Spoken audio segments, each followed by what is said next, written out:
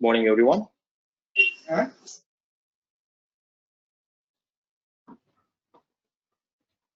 I audible? Yes, sir.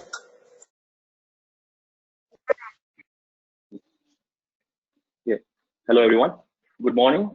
I'm Nitesh Khatod, Assistant Professor at Meenakshi College of Engineering, School of Architecture.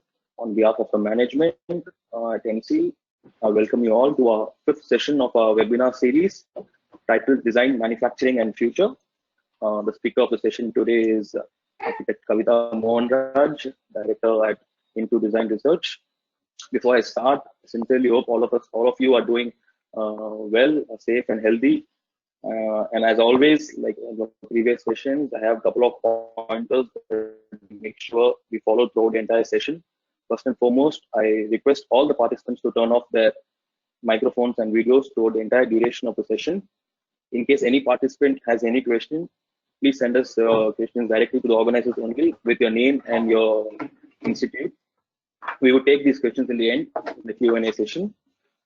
Let me introduce you to the day today, Architect Kavita Mohanraj. She's a director at Into Design Research, a design entrepreneur specialized in the field of computational design, 3D modeling, and advanced manufacturing, combining 12 years of experience in designing and product development and 8 years in the field of 3D printing. She's driven to empower the use of technology in creative industries. Kavita loves to explore the intersection of design, technology, and manufacturing, creating an innovative cross-disciplinary platform that embraces values of digital insertion and diversity. Computational designer and design development professional with certification in Rhino 3D and Grasshopper modeling software, and an MArch focused in advanced architectural design from SAC Frankfurt.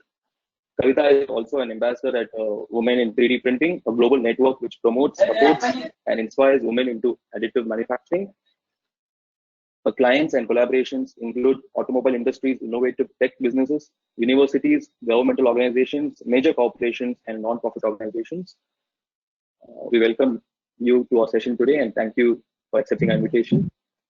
Thank you, Nitesh. Yeah, I hand over the session to you, Kavita. Thank you, Nitesh. Thanks for the introduction. And good morning, all of you. Okay.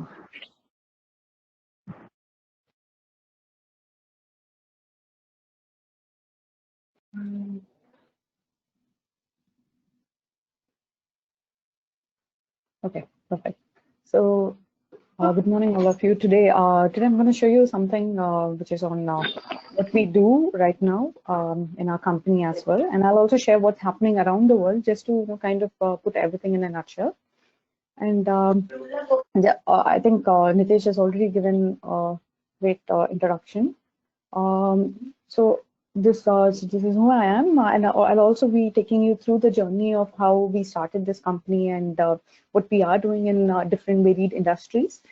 Um, so if you look at the company, yeah, let's get to myself. So I've been traveling quite a bit, working. I've worked quite a bit in many companies, and then we had a vision, which I'm going to disclose to you on what the company was, how everything started off, and so another thing is, if you look at the services we provide in our company, this is we do computational design, we do design for advanced manufacturing, product design and development, and we also do quite a bit of certification courses, since we are also authorized Rhino trainers and Grasshopper trainers. So this is, in a nutshell, this is what we do in our company. And we not just work with architects, though we started our idea to work in the construction industry, but we've kind of moved through varied industries. Our major projects are in automotive industry. We work quite a bit with product design and industrial design development projects. And architecture, definitely yes.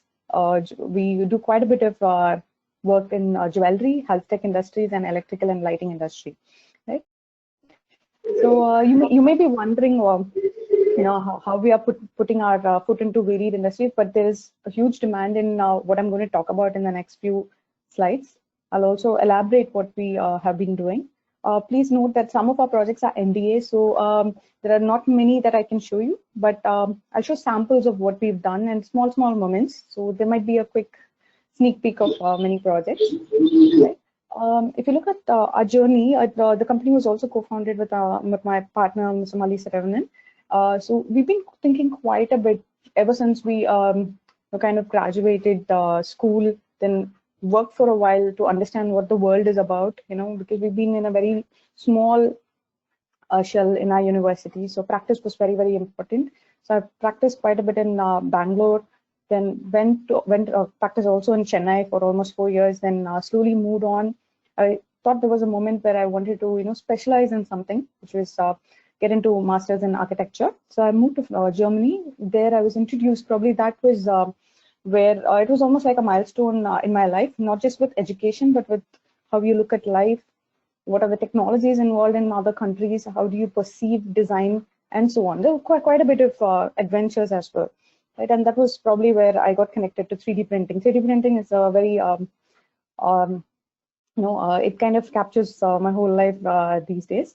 So this was the first thing when I started coming back. I wanted to do something back to the community, back to the design process as well. So there were a lot of new problems, problems positively, problems negatively, which needed to be solved. So one thing that I realized was there needs to be a new thinking here. So new thinking for new problems was how we started. That was the first question of the company itself. And going around the world and staying here locally and globally as well, I wanted to look back on what has been happening in the industry. This is like a broader perspective, yeah. So after every industrial revolution, there were some kind of businesses that were coming up, right? So I sat and kind of studied what every industry was about, and you all know Industry 4.0 is all about globalization, right? And not just globalization, there is quite a bit of invention, innovation, technological intervention is happening quite a bit. So we kind of understood what were the different parts of it, right? So every single part, whatever I'm showing here, is going to be a specific specialization that will come into the construction industry as well. Though probably you would be seeing a little bit of AR, augmented reality happening, simulation happening. Everything is like, say, 30% stage right now. But then you notice that there will be a huge penetration into architecture industry in the next 2-3 years itself. Right. So moving on, to put in simple text, Industry 4.0 is nothing but optimization of our Industry 3.0. Right now, so this finally was our vision of the company, which is design meets technology. Right now, what I'm going to speak about is three things: what I mean by technology, what I mean by computational design, which is our design process, and finally, what we do in terms of manufacturing. Right. So technology, though a lot of people will think, creativity kind of stops when you look at technology, it's not like that. You need to start embracing and adapt yourself. For us, technology helps us to express our creativity, and not just express, but also it allows us to assess our ideas and solutions, say in the terms of simulation and optimization of a building, or in terms of our automobile geometries and so on. So technology helps us to express creativity. That's it really matters on how efficiently and actively you use it. Right? Too much of it is also definitely not worthwhile. So new technology is augmented than ever. Every single day, innovation, invention keeps happening. But what is very, very important is the design experience, and that really matters to us as well.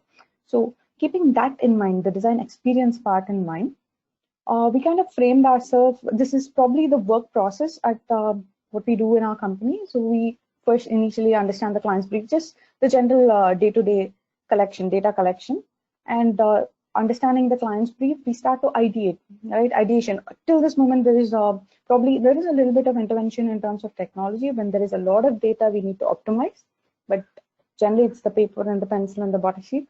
Right, and then we give a lot of importance to user-centric design. The reason behind is, since I already told you, we work with varied industries. Unlike designing a house, which is used by say 3 to 4 user group, we kind of work with multiple user groups. Say, for example, the design of a train involves 100 different psychologies, 100 different users. Right, so our main concentration here is mostly user-centric design, where we speak about ergonomics, how people will touch the interface, interaction design, and everything comes in. And we also make sure, since we're working with multiple user groups, just for us to understand, we work quite a bit with participatory design. Either by participatory design, what I mean is in the initial stage, addressing to their questions, understanding their problems, we will also put ourselves as the user and, kind of start understanding how the design works. In fact, we go and do user testing in the later stage by allowing them to participate with a prototype, right? So designing, once the data is there, we start designing with data, and we also work with generative design, particularly to, kind of standardize and generalize our parameters. And once the design is developed, we work with optimizations, and optimization becomes a very, very important factor that, when we kind of design a particular, I'll give you an example of a berth, right? Optimization is very important, and simulation is also important to know whether that train berth can carry that kind of weight or load. So at every given moment, we need to optimize and say that, yeah, this works, right? So that kind of assessing is very important in this field. And one other thing is, when we design, we always keep in mind that manufacturing is the most important thing. How easily it can be manufactured, and how the design can also kind of go hand in hand is a very key factor for us in the entire process. And of course, prototyping is when we allow the user to test it, right? And finally, so this is what we do in our company, and it goes back and forth. Design is never a linear process. We go from bottom to top and top to bottom and merge in between. But what we also do is, with our experience and the amount of projects that we've been doing, we also give it back to varied companies, students, to kind of train what we do inside. So it's kind of a design thinking course that we also offer. So that's part of the training. This is our entire ecology of what we do at Into. Now coming back, as I mentioned to you, I'll be telling you what computational design is about and how we utilize it. So what is computational? Like, there are a lot of people who have been thinking about computational, what it is about. Certain cases, certain people call it as parametric. So everything, contemporary process, parametric, computation, all of them fall into one. But today, I would like to also break the notion that, what computation, in most cases, people think computation is coding. That is not the case. Computation happens in the form of mathematics. It happens in the form of biology, intelligence, fluid dynamics, and so on. So just type Google and you'll see all of these kinds of computation coming. In fact, it is going to be the future, because all we are going to do is we're going to work with data in the near future. Now, computational design is the application of computational strategies to the design process. This is how we look at it. And yeah, this is what I was just telling. It's not just about coding. It's much, much more, right? And I'll also tell you some basic foundations on how to use computation. Now, why is computation a very important element? The future of design will be driven by data in some time, right? In the future, but your future is not really far. It's only 3 to 4 years away or 5 years away, right? Now, the minute I speak about data, data is everything. In fact, whoever's have come connected with your phone, you're working with data. This entire webinar is a collection of data. Some of it is going to be on Facebook Live, some of it is going to be on YouTube, right? Your names are all different kinds of data, different participants who have, kind of worked on it. So what do we do with this data is what we're going to look at, right? So now looking at computational design, you need to understand what computational thinking is. This is something that has been kind of given to 12th grade students in most of the schools across the world, right? It is a very, very important part of understanding, even if you're working with mathematics or you're working with science problems, this is a very, very important thinking. And how you apply it to design process, it kind of relies on you, right? So looking at the foundation, there are 3 A's. The 3 A's are nothing but abstraction, analysis, and automation. Now, what are these terms? These look scientific, but then when you apply to design, it kind of simplifies most of your issues, right? Abstraction is problem formulation, right? And analysis is solution execution. And automation is the most interesting fact here. It allows you to optimize a given solution, and it allows you to generate algorithms as well, right? So these are the 3 main key factors that we have in, that we have here. Okay. So having this in mind, this is how we also, kind of start working. We phase our projects into these 3 stages. And yeah, this is our first project. One of the projects where I can, kind of tell how we went through. This is a finished project, and that's why I'm able to also put it up. So this is a train cabin that we designed. Again, a classic example for where all architects are required these days. It's not just the buildings that you see, but this is also a space that is being used by our pilot here. And this is the Train 18, our first Make in India engine-less train, right? So we did the interiors of the train cabin along with the driver's test, the entire scenario you see here. There were quite a bit of, let me put this way. Why did they need an architect here? Was they wanted 2 things from the architect. One is a person who could design and also prepare the manufacturing of the entire project, right? So it is from design to production stage project for us. And there were quite a bit of concerns that we had here in terms of standards, in terms of ergonomics. There are, the minute it comes to automotive industries, there are quite a bit of regulations that you need to follow. That means we are left out with, for this small project, at least 50 parameters, 50 to 60 parameters that we had to see while designing, right? So this is working with data. We had our initial set of data, compiled it in terms of a section, in terms of the geometry that you see here, and then we slowly started working with varied standards to determine the design idea. So in here, in this project, we had to work with, it's a very, very big collaborative project where there were mechanical engineers involved, electrical engineers involved, varied degrees of officers involved, right? The minute you look into government project, there are quite a bit of hierarchy as well. So you need to kind of solve everything and move forward. The challenge of the design was that you need to also, kind of make sure that you validate in terms of electrical, work with the manufacturing consultant as well. Right, so this is the initial idea that we had given them in terms of the interior, how the boxing is going to be, the bounding area, and slowly we had to also work with the driver desk. So the challenge was that the clients wanted us to come up with a really fluid and organic kind of project. This was the key what they had told us. So we gave them a little bit of idea where there was doubly curved surfaces involved, quite a bit of organic forms. This was the initial concept. But what I would also like to say is that though we can give a number of design options, it kind of optimizes to, or we had to fine tune it to this level, because we're not just working with the design itself, but there are quite a bit of instruments on the dashboard that you look at. Right, I'm just going to go back a little bit to show you the kind of the things that you have, which doesn't work with doubly curved surfaces. They're all straight panels, so we had to simplify quite a bit of the design. So we fine-tuned it, and the driver's desk is something like this, and the entire ceiling part. Right?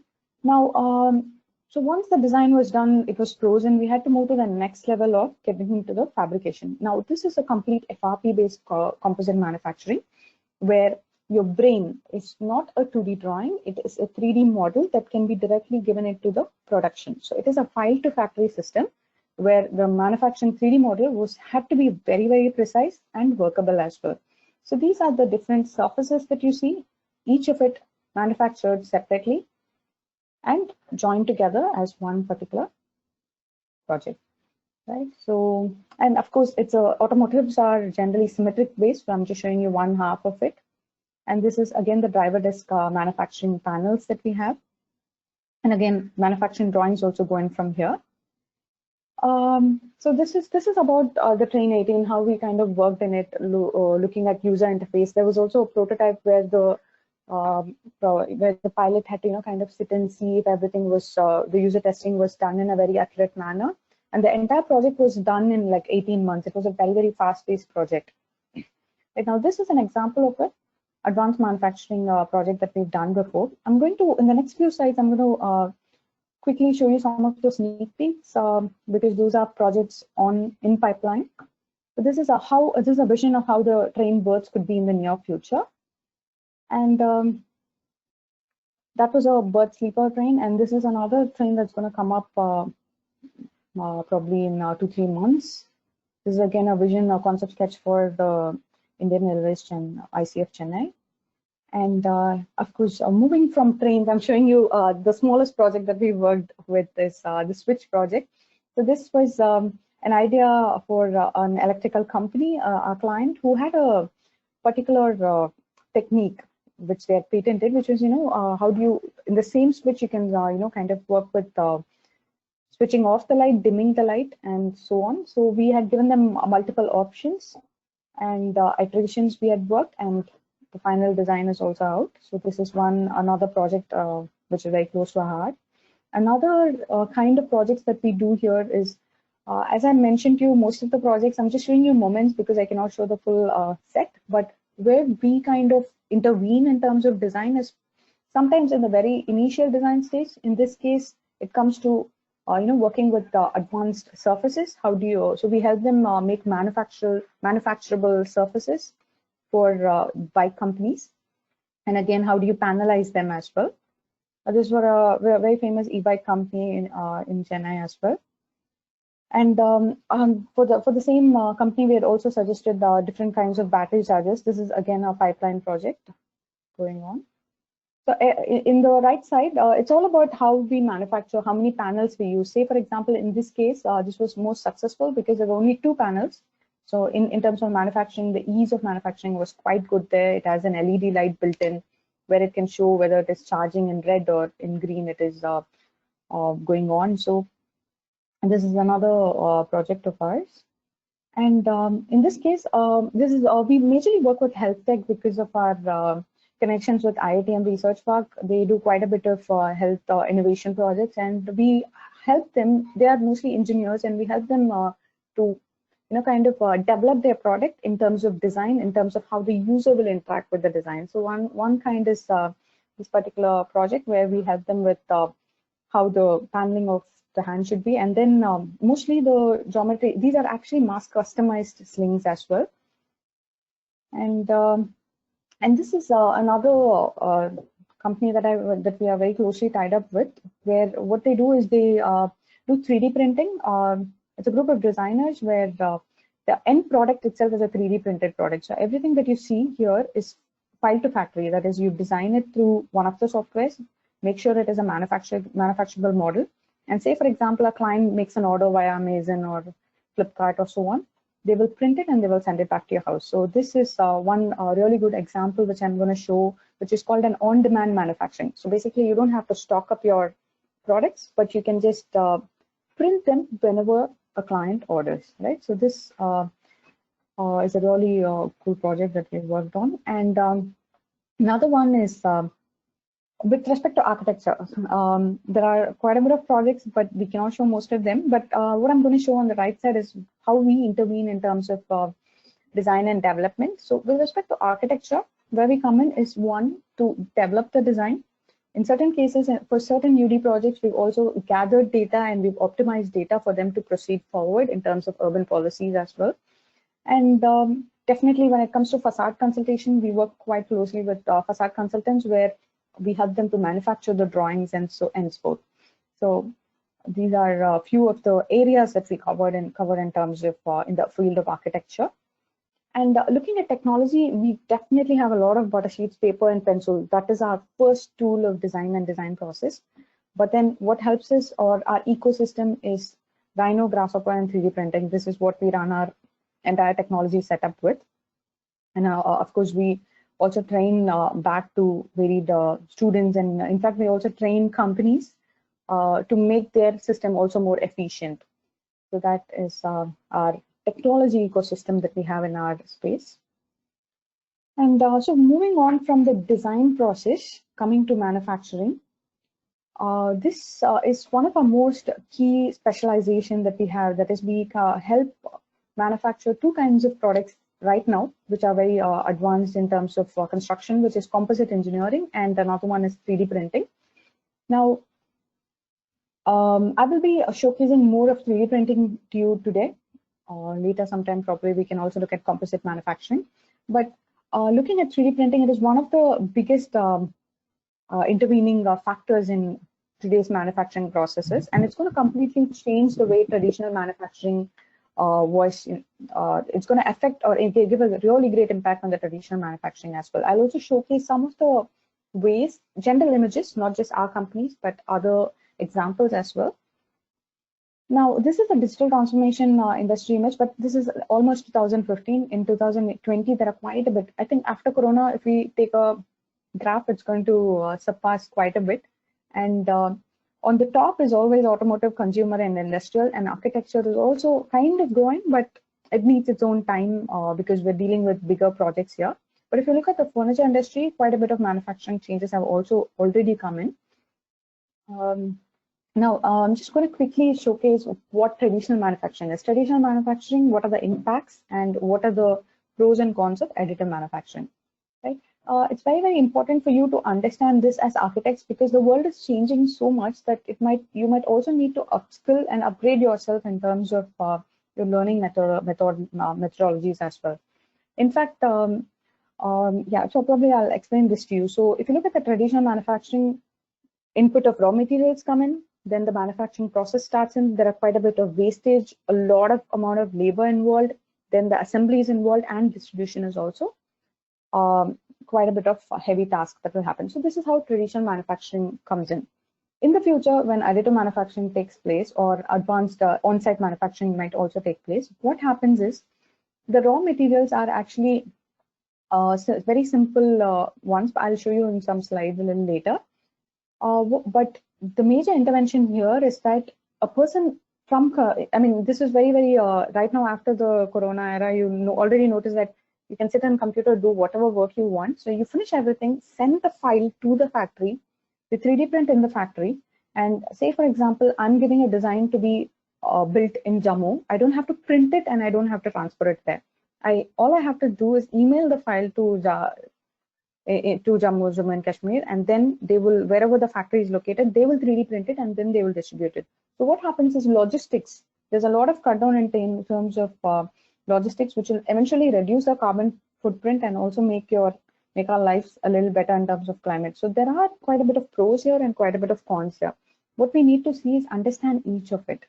I'm going to talk about a few things, and in turn, I'll also be giving you examples of all these. how each of mass production, mass customization will work in terms of additive manufacturing. Now, first question is like, how can you do in 3D printing, how can you mass manufacture?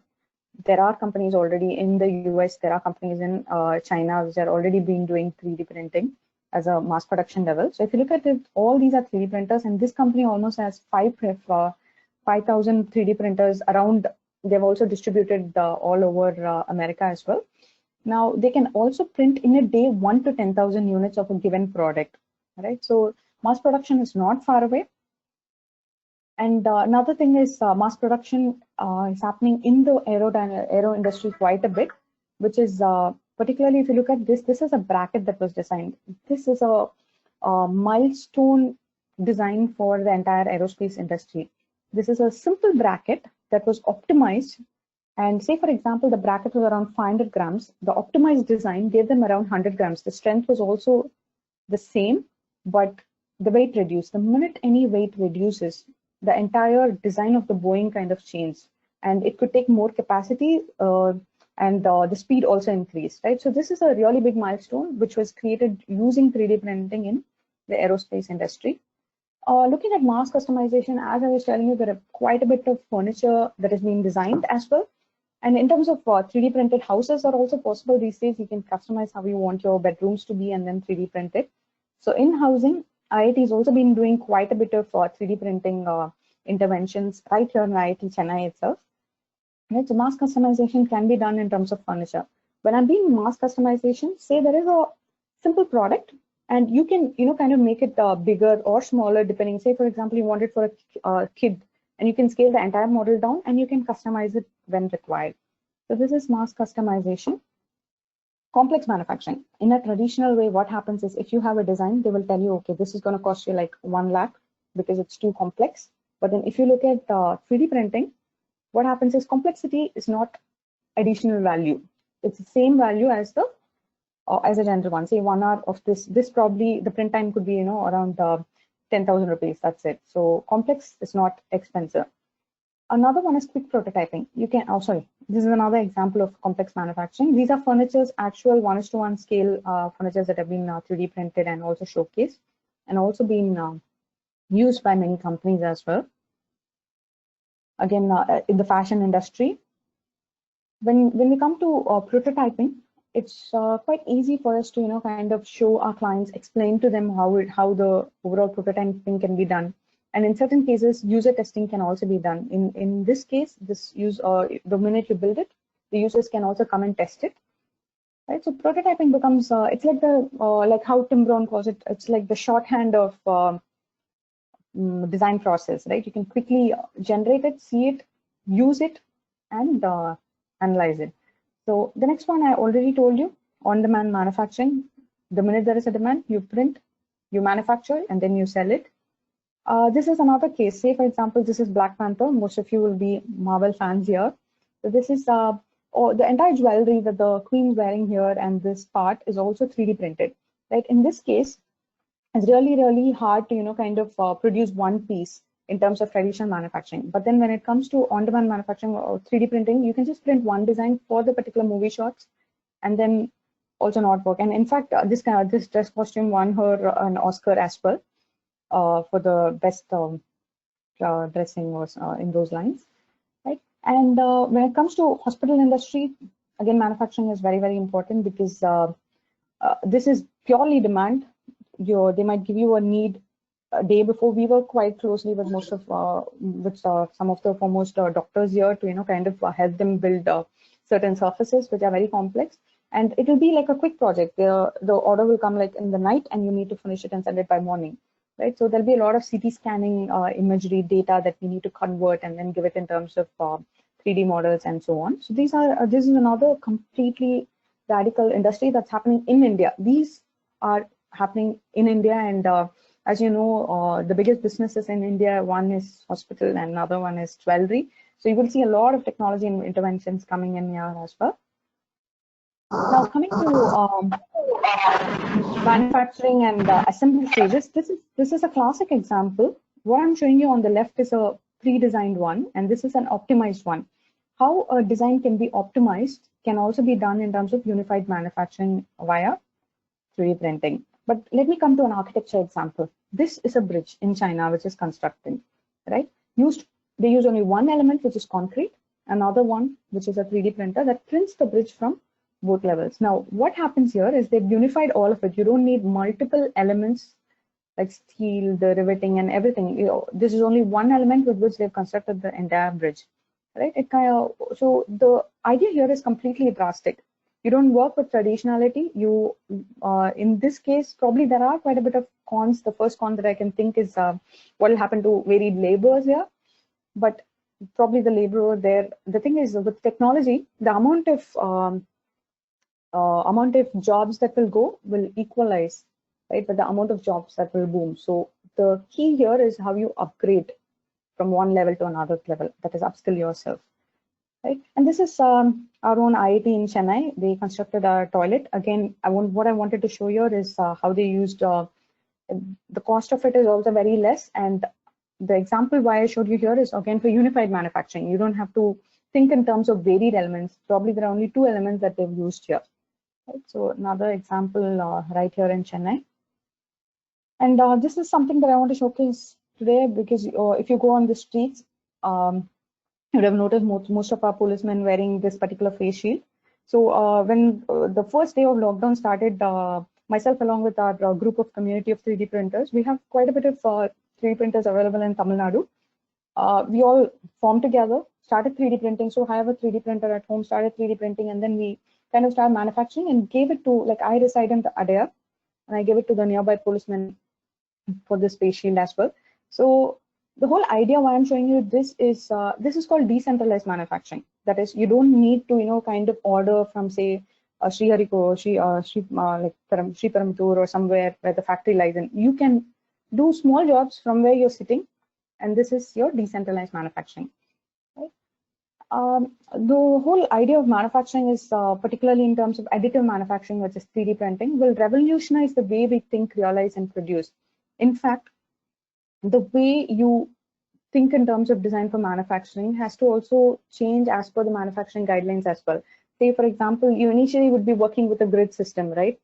How columns and beams will be in. But then if you look at this particular project, it will break that notion of working in a grid, right? So try and think about all these things and equip yourself to be ready for the next era of digital transformation as well. So yeah, that's what I'm telling. It will completely revolutionize the way you think, the way you realize, and the way you produce as well. Okay. So this is my favorite term: think globally and act locally, which is local. At any given moment, your context is really, really important. How you embrace your design process, how you work on the intervention of design technology and manufacturing is a very, very key element in today's era. Right? So this is something that we need to do, something that I have adapted myself to the world. And this is one of my favorite lines of Darwin as well. It is not the strongest of the species that survives, not the intelligent, but it's the one that can adapt to change, right? So be ready to adapt to change. I'm Kavita. Thank you.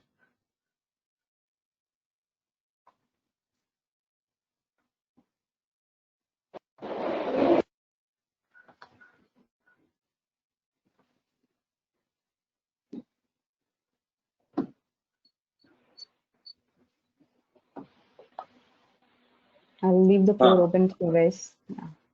Yeah, I think I would like to summarize it in a way that going to be, I think, maybe useful for everyone. Like my initial perceptions from your presentation would be like the role of an architect or a designer as such is still intact in terms of how we visualize these things. Like even though there is technological advancements, there's technology that's building it, prototyping it, but as architects or as designers, the creative part of it, imagining spaces, imagining the output as such, it still lies very much in the creative space, I guess, if I'm right in a way.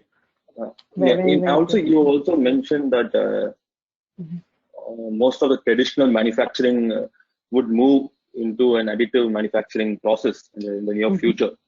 in case, like, do you really feel that it's going to happen as drastically and as quickly as you perceive it to change all traditional manufacturing, or is there something specific like automotive industry and possibly healthcare industry would move towards it?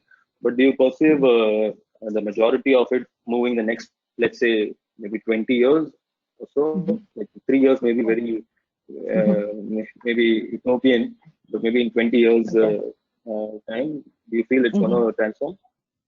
Okay, that was a very good question. The thing is, since I'm in the industry right now and I can feel the difference, probably in architecture, as I told you, the entire Into design started off for catering to the architecture industry, but then we slowly realized that our market was where the boom was already happening. So in terms of your question, 3D printing or other kind of manufacturing, let's take a train, for example.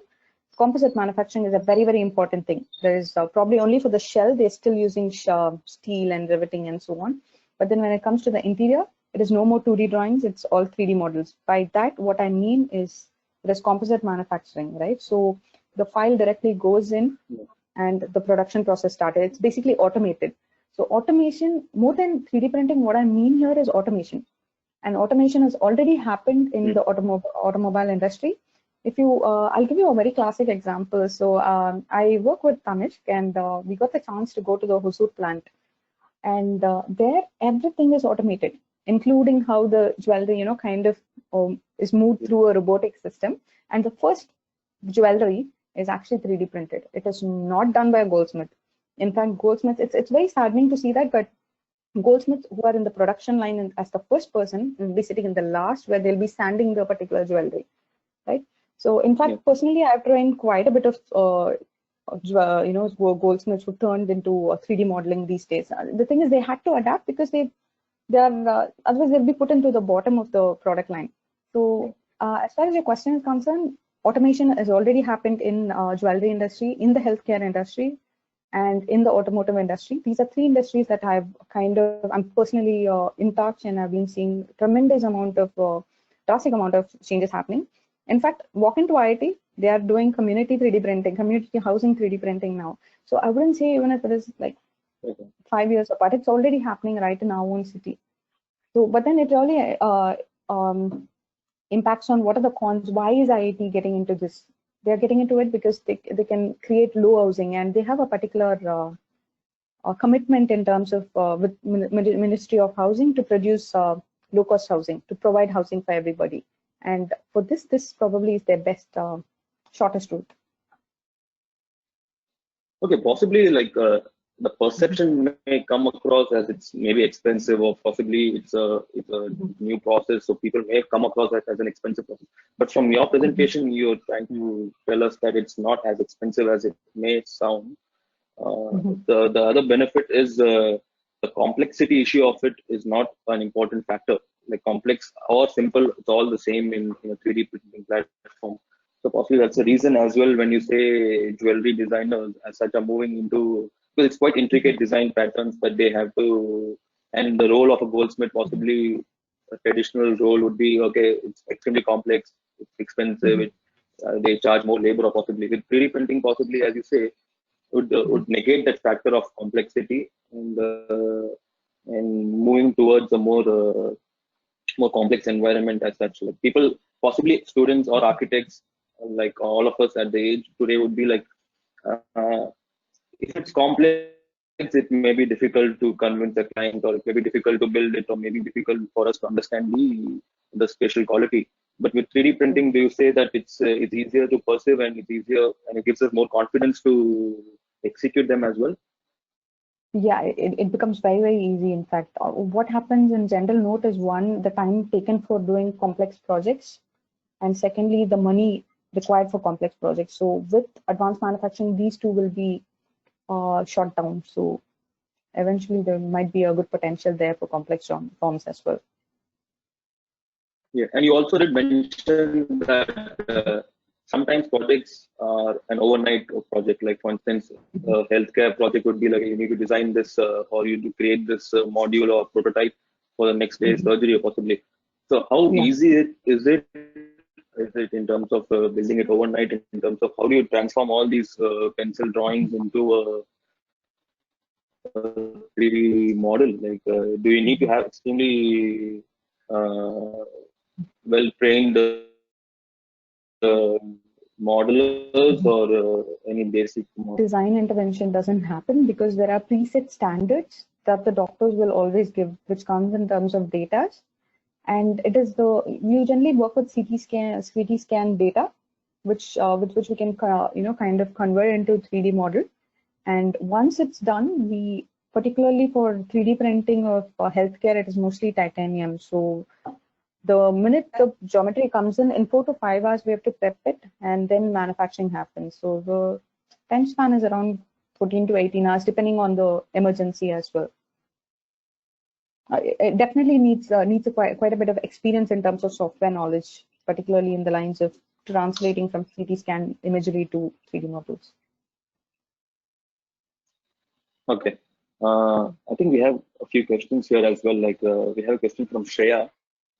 Question goes as computation does improve productivity and design thinking. What do you think are limitations that come in with computational thinking with its pros as well? I'm sure there is pros and cons that you mentioned. Yeah. What are the constraints? So the constraints is the biggest constraint that I've seen is like I've been visiting quite a bit of colleges and I've been seeing quite a bit of students work as well. The usage of tools can give you 1,000 number of form generation. So probably where I would see is where most people exploit without thinking, starting to do fabulous design or something that looks aesthetically appealing. But what we need to do is we need to adapt technology to be functional rather than to be just aesthetical. Right, so that's a problem where I see limitation. But then limitation is again because of ignorance or innocence, that you don't know how to use it, or probably that needs to be thinking. That's why I called it as computational thinking. That needs to be incorporated in the very initial or the foundation stage of education as well. Okay, so you would summarize by saying there are more pros than constraints as such. In terms of education, there are, yeah, the thing is how that's the thing. You need to only the foundation needs to be strong is what my criteria will be. Yeah, we have one more from Anil Ravindranath. Will 3D printing lead to loss of traditional skills involving personally developed craftsmanship, especially people involved in that trade for generations, and loss of livelihood? Like if we move from a traditional manufacturing to a additive manufacturing process, what happens to the labor? Is it similar to how you lost your mill workers and moved to textile industry, which is completely ignored the stronghold of mill workers? Possibly. This is where a lot of what my personal feel is. I've been thinking quite a bit. It occurred to me ever since I went into Tanishq Hosur plant, and it kind of kills me when I think about all the skill. I love manual crafts as well. Though I speak so much about technology, most of the things that I have around me are all manually made. Right? Given the skill set, what I feel is it has to be incorporated in a policy level to kind of preserve these kind of crafts that are already available. Right? So that needs to probably happen in a governmental level, but there will definitely be a demand for handmade things if there is quality, good kind of quality and quality that is given. Yeah. Okay. So it's a two-edged knife where something grows, something may eventually deteriorate as well. But the balance is going to be evident. Like I'm sure, like not everyone's going to move into that age yet. And there's one more question from Karunya, which goes as: is it possible to brief on composite manufacturing and its future, like to an extent? So the whole amount of composite manufacturing requires almost like another half an hour for me. So probably later, yeah, an entire session. But you could probably look out. If you can follow me, I'll be giving a talk in a short while, in a week or so, to Engineers Association. So probably then you can check it out. Okay, possibly we'll share those details if you can give it to us. We'll share it to the group if anyone's interested as well. Sure, again, we have one more from Indu Suresh, which says, how far is domestic 3D printing effective with manufacturing spare parts, screws, electronics, etc. Say during times of a pandemic. So pandemic, is it hard to get your electronics serviced? Does 3D printing allow you to do it? Okay. So in terms of service, I'm understanding what if something happens to the 3D printer in terms of pandemic, is it? Or if I'm got the question right? Possibly you can take it that way as well. Okay. Okay, I'll give you some example that keep in mind. So most people, I guess someone's talking. Yeah, go on. Okay, so in terms of pandemic, the thing is, I sat and even printed a small part of the mouse. So the thing is, if you don't find anything, any shops nearby, and you want to do some fitting in terms of your houseware stuff, we 3D printed quite a bit of it. In fact, I have a small baby. I 3D printed a small toy for him. And if in case your printer, I think this is what the question is about, like, can a printer domestically help? Yeah, it has helped us quite a bit in terms of simple instruments. Whatever comes in mind, I'll be like, oh, why go to the shop? Let's just do it, finish it, right? And secondly, what I understand was if something happens to the printer, most of the people who have a printer will know how to mechanically repair it. So it doesn't, a printer is a very, very simple component. If you're very interested in mechanical, you could rip it apart, put it back together. I can do it in 1 hour's time. So can you? I hope I answered that question. Yeah, I think the question was the first one, I guess, like how effective is it in domestic printing as such, rather than the mechanics of the printer itself. Yeah. There's one more from Defo. This question goes as, can you elaborate the process of optimization? What are the softwares used as such to optimize an existing piece into something which is much more optimized? Also, can you elaborate the process? No, it's just what are the softwares used? Okay. And let me give you an example that we did for a stadium that was being designed by a university here. Particularly when you're doing large-scale projects, why optimization comes into being for architecture is when they submit a tender, they will ask for optimization, telling these are your values. Say for an example of an auditorium, there are multiple values that are associated in terms of eyesight, AEV values, and so on. So we did this project to one of the construction agencies from Chennai, where they wanted to, they had designed an auditorium already with section, they had the initial surface model done. So I'll just go back to show what kind of simulation that is, which is called, and also give you an example of the software. The one that you see on the right side, this particular one, right?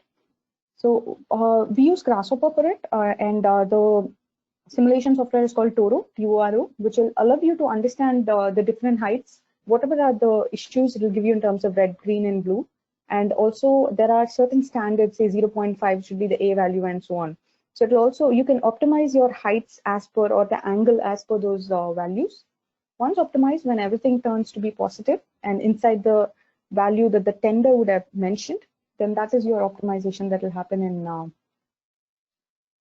terms of architecture. So that's one example that I could give you in terms of stadiums or in terms of auditoriums.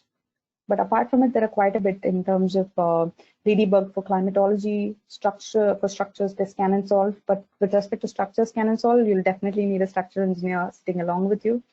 So yeah, you could look into Food for Rhino. That's where we get all our plugins from. Okay. I think we have one more, I think, on final question from Ashwath. This is 3D modeling is used, 3D models is used in aero industries. How does a 3D model, how does it withstand compression values and pressure? Like, how do you check the stability and stuff like that? Is it a parameter that is already in place? That model has to go through that kind of real-time scenarios as well? So there are two kinds. Yeah, there are two kinds. There's computational fluid dynamics and finite element analysis. It needs to pass through these two to, even start doing the first prototype. These are two optimization softwares they have to pass through, where most of the factors are actually basic standards that you need to follow. When we work with the train industry, they had an automotive ISO standards that you had to follow. Similarly, automotive ISO also has a set of standards. So those will be the determining parameters, and optimization comes in the second level or once you finish your designing. Definitely all these things needs to be done. Okay.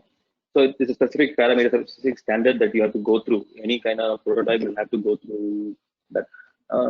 I think we have at the end of the questions at the moment, but like if you want to summarize to participants here in a way, like because the presentation by you itself is not directly involved with architecture, architecture as such. It's not basically architecture. If someone wants to get into this field as well, like 3D modeling and getting into prototyping, getting into product designing, industrial design as such. So what track can they go on, like any basics that they need to start working from? So the whole idea why I wanted to show varied industries, though we've done quite a bit of architecture projects, is definitely NBA. That was one reason, but then the reason I'm showing you different kind of projects is to tell that if you do architecture, it's not just designing a building. It could be as small as, you know, designing, understanding a switch also needs quite a bit of sense of how a user will interact with the particular this one, right? So there is a space, there is the battery charger that I showed you is actually, it feels like an architecture project to me, where a person rides his bike, it's near a wall, and then how does he use the charger? So everything about ergonomics, it's almost like a furniture design or an interior design for us, right? So the notion of an architect can design only this much is what I wanted to break here in this presentation, and also make you understand that there are quite a bit of openings in terms of varied ventures that you could do. And another thing is what is very, very important in this line is critical thinking. How do you critically think about a product? Because most of say, for example, when we design, we are actually designing the sleeper berth trains now, and quite a bit of thinking needs to be there. And there'll be, say, for example, if you put a berth, you know, everybody goes on a train, and then you put the middle berth. What if it falls down? And a lot of thought process comes in there. So critical thinking is very important. Collaboration is very important. You need to be able to work with mechanical engineers. You need to know what, say, for example, how do you evaluate the load calculation of the berth? We do finite element analysis for that. So say I have mechanical engineers in my team who does that, but even I need to understand what that is about, right? So understanding and working with collaboration. So there are these 4 C's, right? Working with, that is collaboration, computational thinking, all critical thinking, very, very important factor to be here, and definitely embracing technology and adapting to it is the key here. Yeah. I think we have time for maybe another couple of questions if you want to, because we have 2 more. Okay. Again, in terms of materials that you use in 3D printing, there are many 3D printing materials available in the market, and also many types of plastic for 3D printers. Which one would you suggest? And what materials have you majorly used in your products? Question from Defo again. Okay, in terms of our projects, basic prototyping, we use something called PLA. In terms of the products that you saw, the planters, we used a pure wood consistency, wood cum PLA consistency. So that is another kind of product that we've used. We have been working quite a bit with steel printing, steel 3D printing, where you see the real prototypes coming in, and in the healthcare, titanium 3D printing coming here. You have all these printers available here in Chennai itself. So if there's anybody wants to, you know, test and so, everything is available in your hands. And probably the steel and titanium could be really expensive. But yeah, starting with material, you have from variety from cork to plastics to ABS, which is mostly for the industrial end user prototype. You can also 3D print car alloys, parts of cars. That is mostly carbon fiber. Like almost all the materials that are available in traditional manufacturing are also available today in terms of additive manufacturing as well. Okay, we have one more from Nandita Anand. What role can optimization play in traditional architectural construction design? You feel like any? Definitely, yeah. Okay, leaving aside traditional manufacturing, if you're doing any big project, optimization becomes a core tender process these days. So if you get into the industry, once you I'm not sure who posed the question, once you graduate from being an architect, you'll notice that there are certain parameters that you need to follow, particularly when you're doing big scale projects. So when it's a big scale project, the tender generally moves to universities like IIT, right? They will keep a key factor telling this needs to be optimized. So even in traditional manufacturing, like the example that I gave you, an auditorium was done by traditional manufacturing, yet it needed optimization. So optimization itself as a whole new industry where there's quite a bit of requirement needed there as well. So if you're looking forward to that, yeah, it needs in traditional manufacturing, it needs in improvised advanced manufacturing as well. So it's, at the end of the day, it's just making the space much more better eventually. Exactly, the process of optimization better. would actually make it much more functional and sustainable as well. To that point, we have a question from Guru Karthik, which goes as how well do these 3D printed materials do in terms of recycling and sustainability? Do they have a question of recycling and sustainability attached to it as well? Okay, so primitively, there are two kinds of materials that are available to 3D print in terms of domestic use, which is PLA and ABS. PLA is a completely renewable source, which uses bioplastics, right? But with respect to ABS, which is the other one, what they use petroleum. So I would say that that's not very renewable, but the other one, PLA, is completely biodegradable. That's what the most product lines use as well. Okay, so obviously there are sustainable materials as well and non-sustainable materials in the practice. In fact, there is even and ABS is okay, and ABS is specifically used in the automobile industry, is it? Yeah, exactly. Yeah. Okay. So I think we're just getting questions after questions, but still, yeah, I think we have time for one more. And so, there's one question from Srinivas Kumar, which goes as, is there any quality difference that you find between a 3D printed object or traditionally made one? For instance, a planter, is it possibly the quality is different between the two? Will you say that?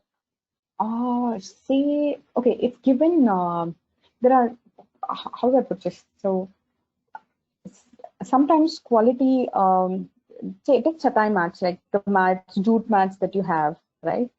There are certain products that you would love to see it, which is handmade, which is quality, right? That kind of quality cannot be 3D printed, right?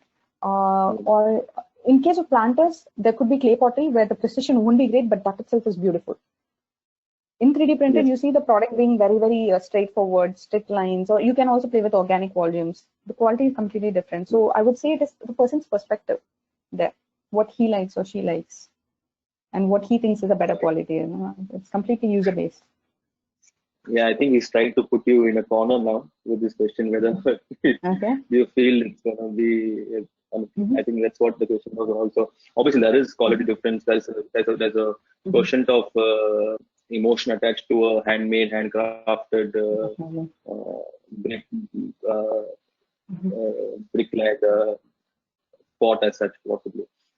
But anyways, I think this presentation has also given us all an idea of food for thought as well, like giving us exposure to alternate systems, alternate ways of using our architectural education as well.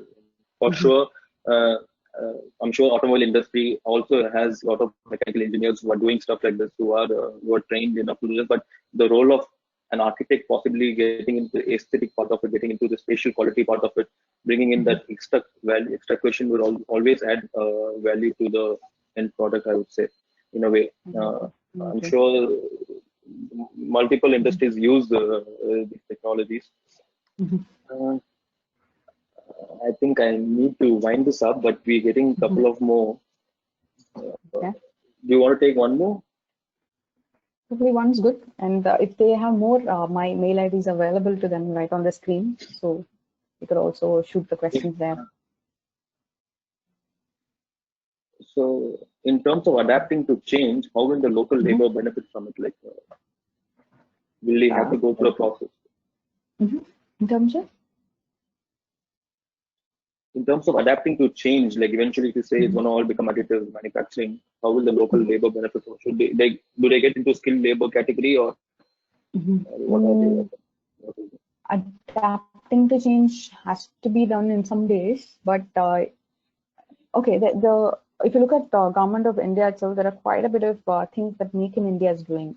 And if you look at Make in India, they've been giving quite a bit of skill upgrading, starting from IoT, and even in our own syllabus. Like I'm a member of Board of Studies for Anna University, Emma Digital. What we've been doing there is like we've been trying to get in the very foundation. Under there are uses I know of things. How do you use cybersecurity in building automation and so on.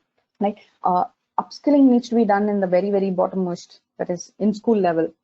And say there are quite a bit of laborers. I know what you're talking about. The laborers that do daily work, they will eventually have another set. Say for example, everything cannot be automated, right? There are certain cases where automation cannot happen, and that's probably where they will be moved into.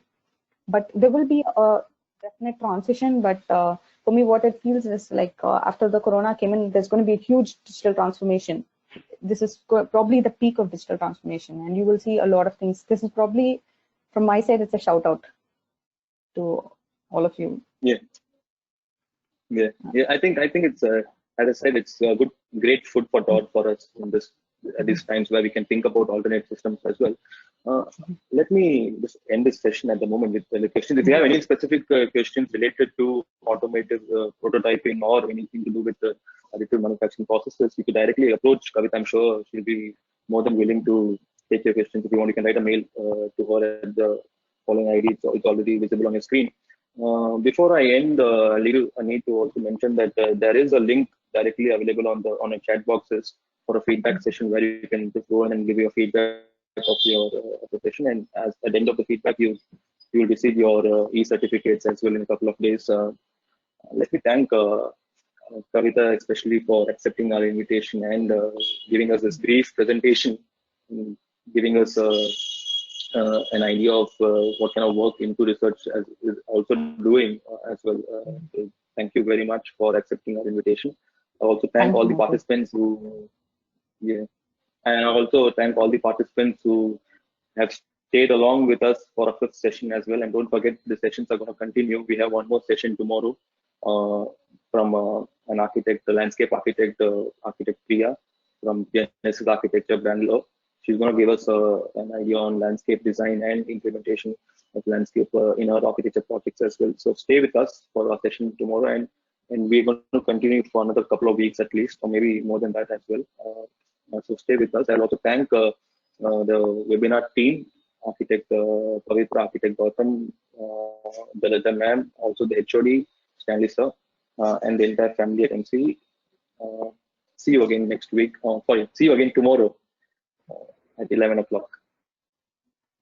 Thank you, Kavita. Bye, Nitesh. Thank you so much. Thank you.